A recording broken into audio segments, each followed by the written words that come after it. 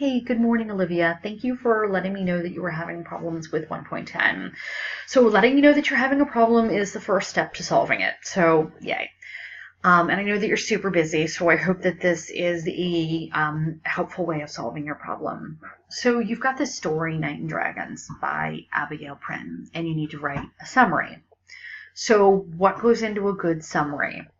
Okay, you're going to want to include the title of what you're summarizing and the author, probably in the first sentence, maybe in the second sentence. In the first or second sentence, you should probably include the main idea of the entire story. Okay, so after you've read the story, ask yourself, what's the main idea of this story?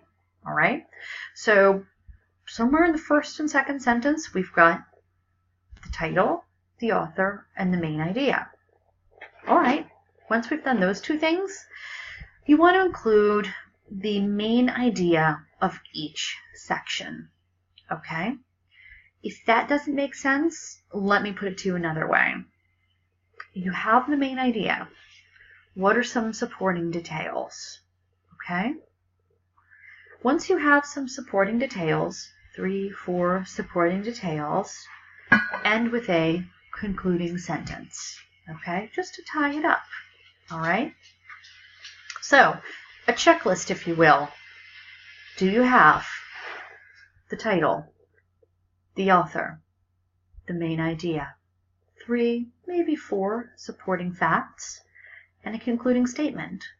If you have these things in your paragraph, you have a darn good summary, okay? If I have not addressed your concern, okay, if you're still like, nope, lady, you missed it entirely, let me know.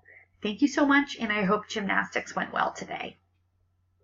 Talk to you later.